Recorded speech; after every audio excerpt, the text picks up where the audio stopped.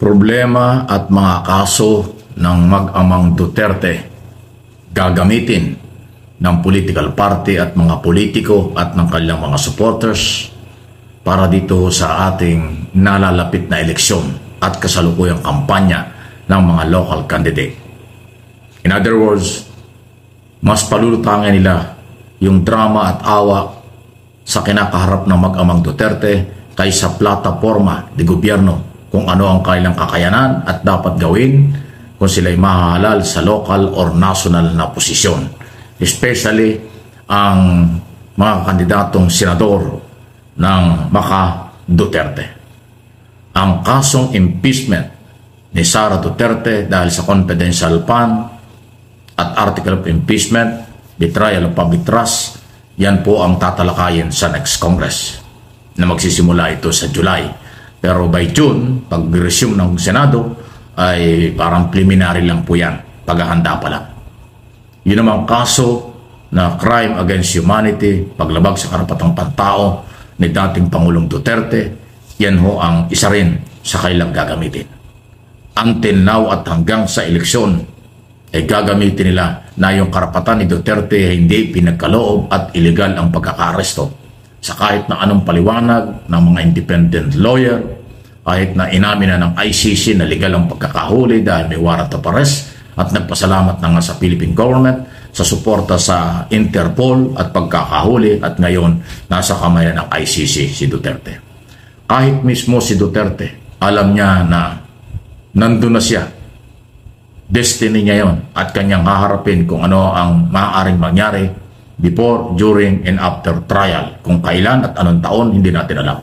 Ang mahalaga ay kanyang haharapin na yon. Ang problema lang, itong mga abogadong hindi naman tinatanggap ng ICC bilang abogado ni Duterte.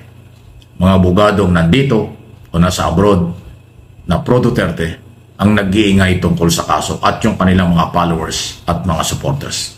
Kaya nga, gina-justify ko lang ho kung papaano nila ginagamit itong kasong ito ni Duterte.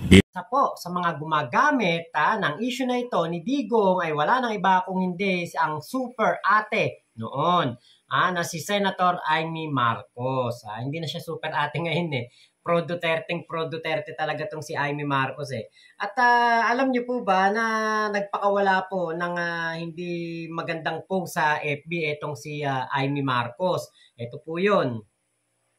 So nakalagay po diyan ang caption po, ano to, April Fools, kaninong utos ba dapat ang masunod? At nakalagay po diyan yung nilagyan ng guhit yung March 31, 2025 na kung saan ay natanggap po o ginawa po, pinadala yung sulat ni E.S. Bersamin dito kay Amy Marcos at yun naman pong Malacanang press briefing na March 31 din po nangyari 2025. Ngayon po, ewan ko lang kung may nagsabi ba kay Senator Amy na ang Malacanang press briefing po ay nagaganap kada umaga. Umaga po. Minsan nakikita ko 11 11 nagsisimula So umaga po, sinabi ni Attorney Claire na hindi po pipigilan ng Pangulo ang mga cabinet members o secretaries kung sila ay ipapatawag. Umaga po yun. Ngayon, gabi po ito na ipadala kay Amy Marcos at sinabi naman po, nilinaw naman din ni Attorney Claire Castro na gabi na po ng March 31 ito inilabas, itong sulat po na ito. So ibig sabihin, nung time na si Attorney Claire Castro ay merong Malacanang press briefing, hindi pa niya alam na meron pong ganitong plano o ganitong sulat ang ating E.S. Bersamin para dito kay Chis Escudero at kay Amy Marcos. Para po mas maliwanag, ito po yung video ni Attorney Claire. Yusek, regarding po dun sa Senate probe on the arrest of former President Duterte na nakaschedule po bukas, nabanggit po ni ES na hindi lilitaw yung ating mga opisyal bukas at sinabi naman ni Senator Marcos na yung executive privilege daw po is not blanket, meaning hindi po nito saklaw lahat at pwede naman daw pong kung sakali, kada topic naman yung pwede ninyong i-invoke yung executive privilege, hindi yung outright hindi sisipot yung ating mga opisyal. Ano pong masasabi ng Malacanang doon? Opo, gusto lang po natin liwanagin. Sinabi po ni Senator Amy Marcos na tanggap po niya ang liham, ang letter mula sa opisina po ni Executive Secretary noong March 31 ng gabi. So as of March 31 ng ating press briefing ay wala pa pong nagiging desisyon patungkol po dito. So yan po ay liliwanagin lamang po natin. Pero yun nga, sabi po ni Senator Amy Marcos, natanggap po niya yung letter ng gabi na po ng March 31. At ayon nga po sa napagdesisyonan, alam na po ng mga cabinet members natin, ng mga cabinet officials natin, na sapat na po. Sa kanilang pananaw ay sapat na po ang kanilang mga nasabi, na ibigay na facts, mga data, sa naunang hearing sa ni Senator Amy Marcos. At yun po, at sa tingin po namin ay sapat na po considering the fact na nagkaroon na rin po siya ng kanyang preliminary findings. So, yun po, at hindi po natin masasabi na hindi naman po tinugunan ang mga katanungan kung ito po ay in aid of legislation. So, malamang po ay sapat na po ang mga nasabi ng ating mga cabinet officials para makagawa na po siya ng kanyang batas patungkol po dito. Sabi ni Senator, it would have been an opportunity daw po sana sa administration to prove na walang tinatago ang inyong administrasyon hinggil sa pag-aresto. Wala naman pong tinago dahil sapat na po yung napakahabang oras nung unang hearing para po masabi ang dapat na masabi po ng ating mga cabinet officials patungkol po dun sa pag-surrender kay dating Pangulong Duterte sa ICC. And she said she would ask for reconsideration. So obviously, will there be a change in the stance of Malacanang with regard to this? And looking forward, magiging ganito na po ba yung magiging patakaran kapag may mga hearing na may kinalaman sa administrasyon? Tignan po natin kung ano po mangyayari kung siya po ay nag-a-ask ng reconsideration. Wala pa pong tugon dito si E.S. Bersamin. Nasoplak po ni Attorney Claire Castro, etong si Amy Marcos, mayroon pang siyang post na April Fools daw ba yun, March 31, same date, binigay sa kanya yung sulat, yung pala gabi na. O hindi nasoplak siya ni Attorney Claire Castro. Diba? At meron din po ibang mga kumukwestiyon dito kay Attorney Claire Castro na nakikita natin, pero alam niyo po, kung kayo po ay hindi na sisiyahan sa ginagawa ni Attorney Claire Castro, tingin ko mas marami po ang mas naliligayahan na meron na po ngayong sumasagot sa mga fake news, sa mga banat at mga pangbabatiko sa ating Pangulong Bongbong Marcos, sa kanyang mga ginagawa sa gobyerno, di ba? At least meron na po ngayong sumasagot. At sa kasamaang palad, naturingang kapatid pa ni PBBM ang isa sa mga kumbaga nasosoplak ni Attorney Claire Castro. Hindi po maiwasan kasi si Amy Marcos ay bida-bida. Buti na lamang at inagapan po ng ating Pangulong Bongbong Marcos at ni E.S. Bersamin itong sitwasyon na ito. Kasi po ay ginagamit o nagagamit lang naman po talaga ni Amy Marcos ang sitwasyon na ito sa pamumulitika.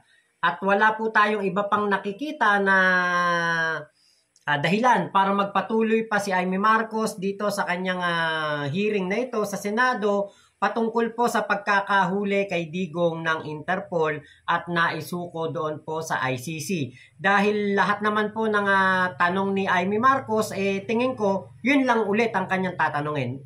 Wala na kasing ano pa ba ang punto ng pagkakaroon ng hearing na ito kung si Digong ay nakakulong na doon sa ICC at malabo nang maibalik.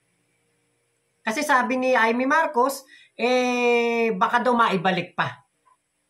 Parang umaasa siya na dahil sa kanyang public hearing o kanyang hearing na ito sa Senado ay baka daw maibalik pa itong si Digong.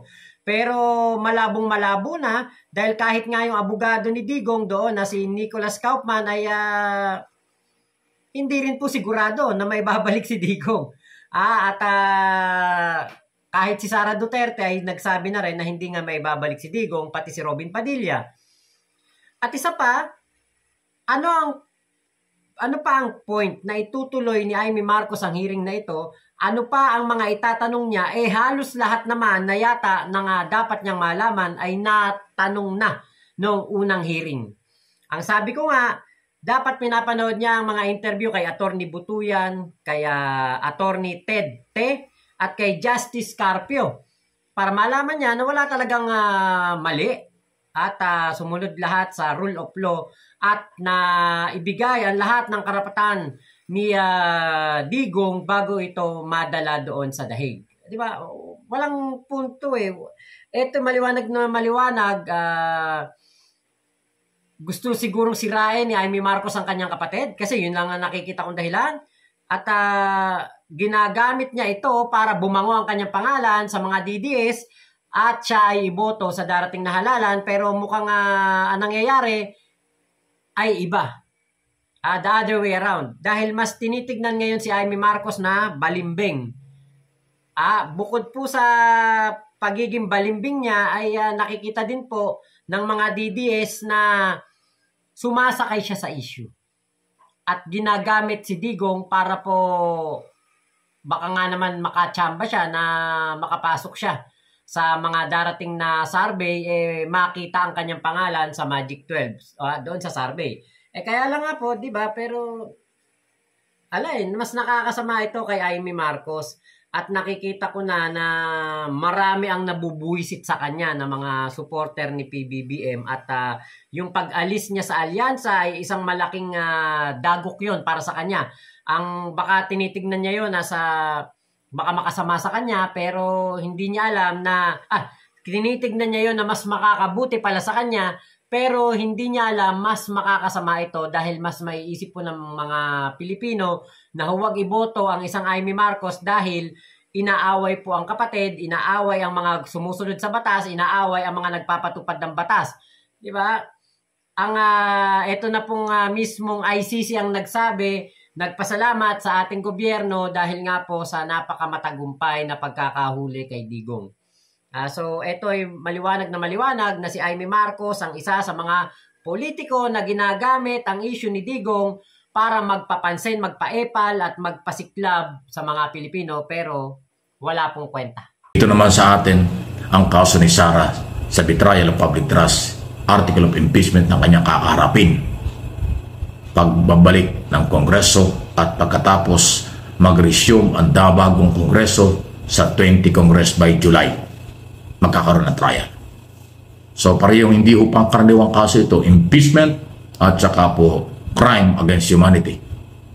Ano ang kaso ng article of impeachment? Grabbing corruption sa confidential at intelligence fund, corruption sa Department of Education, pera ng taong bayan, di umano'y bilyong-bilyong bank account sa bangko, at higit sa lahat, yung pong pag-uutos, pagbabanta sa buhay ng Pangulo, First Lady at the Speaker of the House. Yan po hindi pang karaniwang ginagawa ng tao. Pero Vice President pang umamin na siya merong inutusan.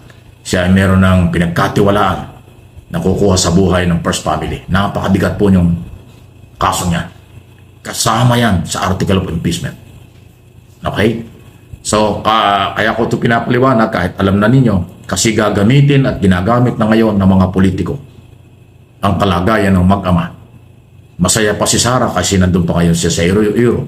Pero sa oras na mag-umpisa ang trial, talagang lalabas at lalabas ang lahat ng ebidensya at testigo sa kung ano ang kanyang ginawa sa posibleng pagkakamali or pagkakamali kaya mayroong betrayal of public trust tungkol sa paggasta, paggamit ng people's money, pera ng taong bayan.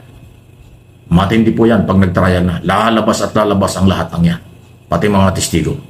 Pag nag-trial din sa ICC, lalabas din ang mga testigo at mga dokumento na magpapatunay kung bakit at kayang i-justify ng mga private prosecutors before ICC ang mga paglabag sa karapatang pantao. Matitindi po yan.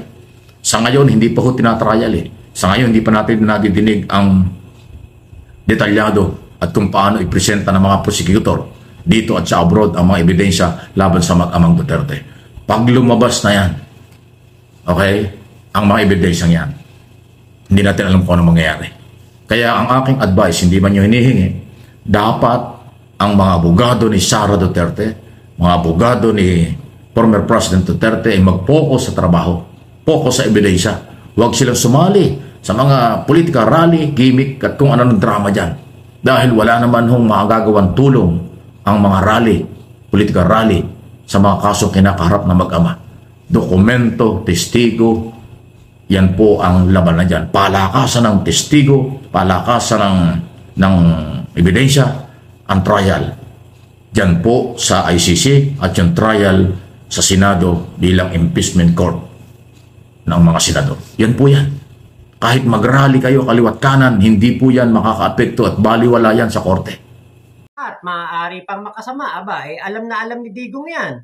Kaya nga pinagsabihan ni Nicholas Kaufman ang mga supporter ni Digong na wag nang manggulo, wag nang gumawa ng mga hindi nararapat doon po sa ICC. Panoorin po ninyo to. Telling you that the president, or former president, was made aware of the huge demonstration of support and love on his 80th birthday. I know that it touched him deeply, and he thanks all his supporters for that. I also want to say something regarding the supporters. Obviously, it's always welcome that there are supporters, but politics to one side and the judicial process to another side.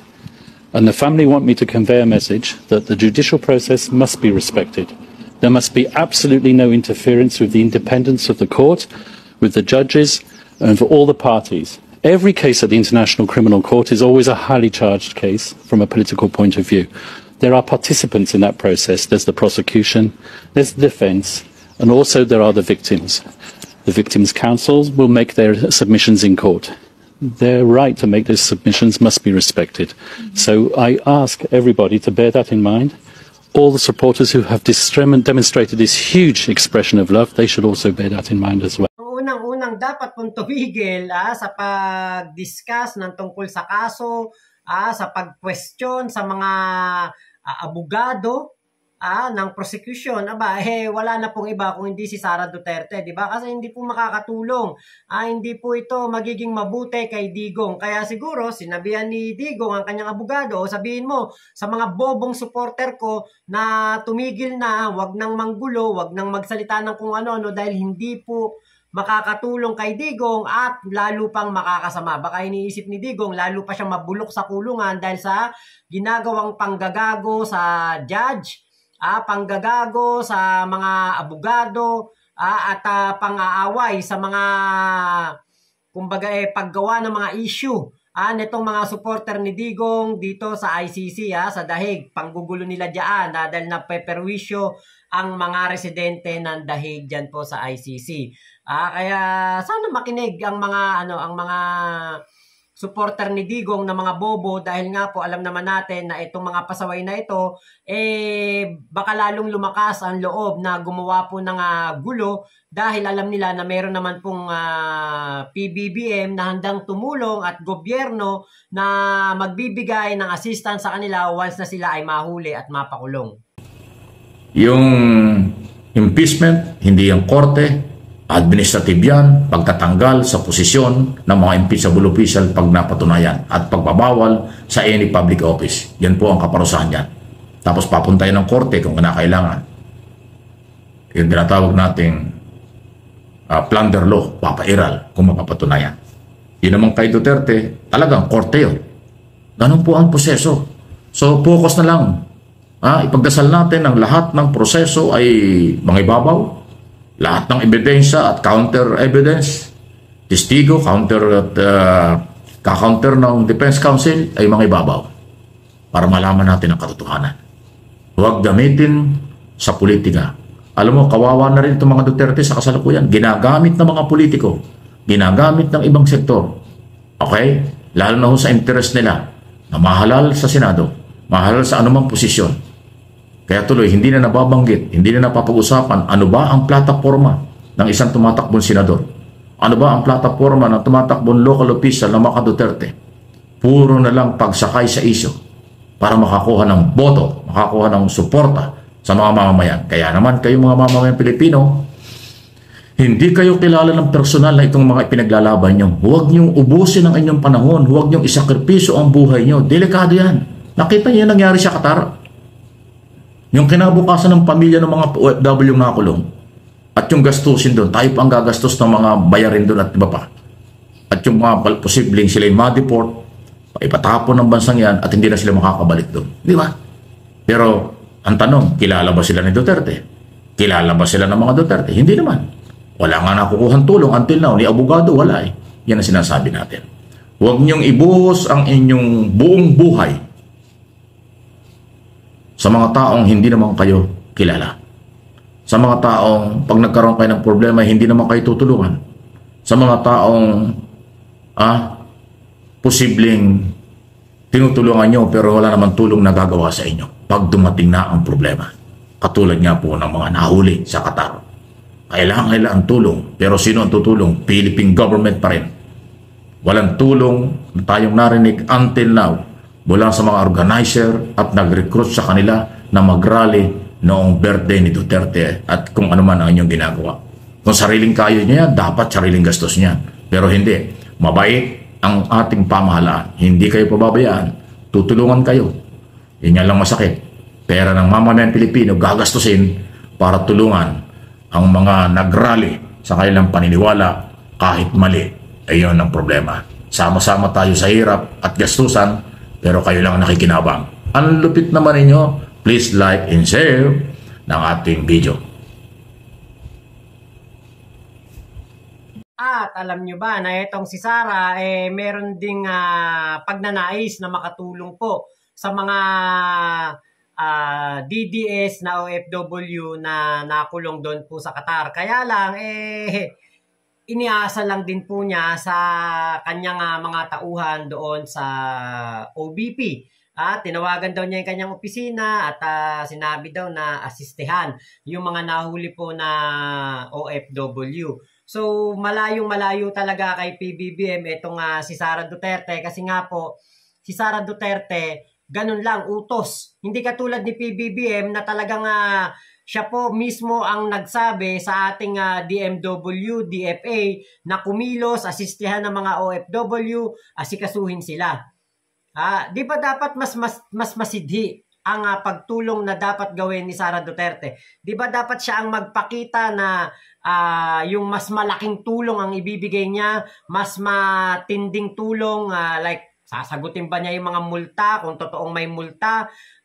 Kung ito bang mga taong ito ay bibigyan ba niya ng mga abogado? Asikasuhin ba niya? Sana nag-utos siya ng kahit isang tauhan niya like mga tuta ba niya? Mga tuta niya katulad ni Marcoleta o etong si Robin Padilla, pinalapad niya muna ng Qatar para asikasuhin yung mga OFW doon o etong si Bato o si Bongo, di ba? Pero wala pong ganon. Ang sabi lang ni Sara, nagsabi lang daw siya sa kanyang opisina. Ito po yung kanyang sinabi. Meron po kayong balak na assistance sa mga Filipinos na naaresto sa Qatar while demonstrating for PRRD? Yes, oo. Anong balak na po? I already endorsed it the moment that I knew about it. I read it in the brief sa Office of the Vice President. I already endorsed to them to reach out through the correct channels on what we can do to assist as an office, the Office of the Vice President. Yeah. Okay. Kung ako ang isa sa mga OFW na nagrally doon sa Qatar tapos nahuli ng Qatari government at naipakulong at maririnig ko itong sasabihin ni Sara na in-endorse ko na. Ganun lang. Pagkatapos kaming mag-rally para sa ama mo, pakita namin ang suporta sa inyo na naging dahilan ng aming pagkakakulong, ganyan lang ang isasagot mo? Automatic ako'y magiging BBM kagad. Right away na mapanood ko yung video na yan. Dahil yan po ay isang napakawalang kwenta na sagot sa isang tanong ng isang reporter dito kay Sara. Kasi sa totoo lang, kung ganyan lang ang aksyon, di ba, masyado pong mahina, masyadong walang kwenta. Hindi po makakatulong talaga kasi syempre, iba pa rin yung merong personal touch ka sa trabaho mo kaysa yung iuutos mo lang.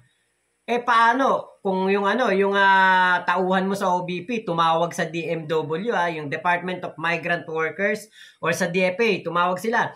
Hello, pinapasabi ni Sara na tulungan daw yung yung mga nahuli sa Qatar. Oo, nauna na si BBM, nandun na nga yung mga abogado, mga mag-a-assisted, nandun na sa Qatar. Ay, nako talaga, Sara. Wala ka talaga. Hindi ka talaga karapat dapat maging vice-presidente. Pa-impeach ka na lang o kaya mag-resign ka na lang para mabantayan mo tatay mo dyan sa dahig. Di ba? Walang kwenta eh. Walang Yan po ang napapala ng mga DDS na masyadong malakas ang pananampalataya sa mga Duterte, pero oras ng kagipitan, pababayaan lang sila. Iaasa lang sila sa ibang tao. Hindi katulad ni PBBM, siya mismo, talagang ang kanyang pahayag po, ang kanyang utos sa kanyang mga gabinete, tulungan, asistihan, puntahan, gawin ang lahat ng nararapat para doon sa mga kababayan natin na nahuling mga bobong DDS sa Qatar. O, di ba? Yun lang yun. So, yan po. Etong si Senator Amy Marcos, huwag nyo nang iboto yan. Panggulo lang yan. Etong si BP Sara, kapag kumandidato ulit to, kahit anong posisyon, huwag nyo din boto. Mga walang kwenta. So, yun lamang po. Maraming salamat sa pagsama nyo dito sa aking vlog na ito. Ingat po kayo. Nasa mang panig kayo ng mundo. Momo at chup chup. Love you. God bless us all. Pilipinas. God first. Oy, shout out kaya Boss Ryan, Mami Mameng, Daddy Emil, at syempre sa ating Sir Mike Abe, MA Pinoy TV, at Mike Abe Opinions dito po sa YouTube. Sana po masupport nyo ang kanyang YouTube channel. Ayan. Salamat po.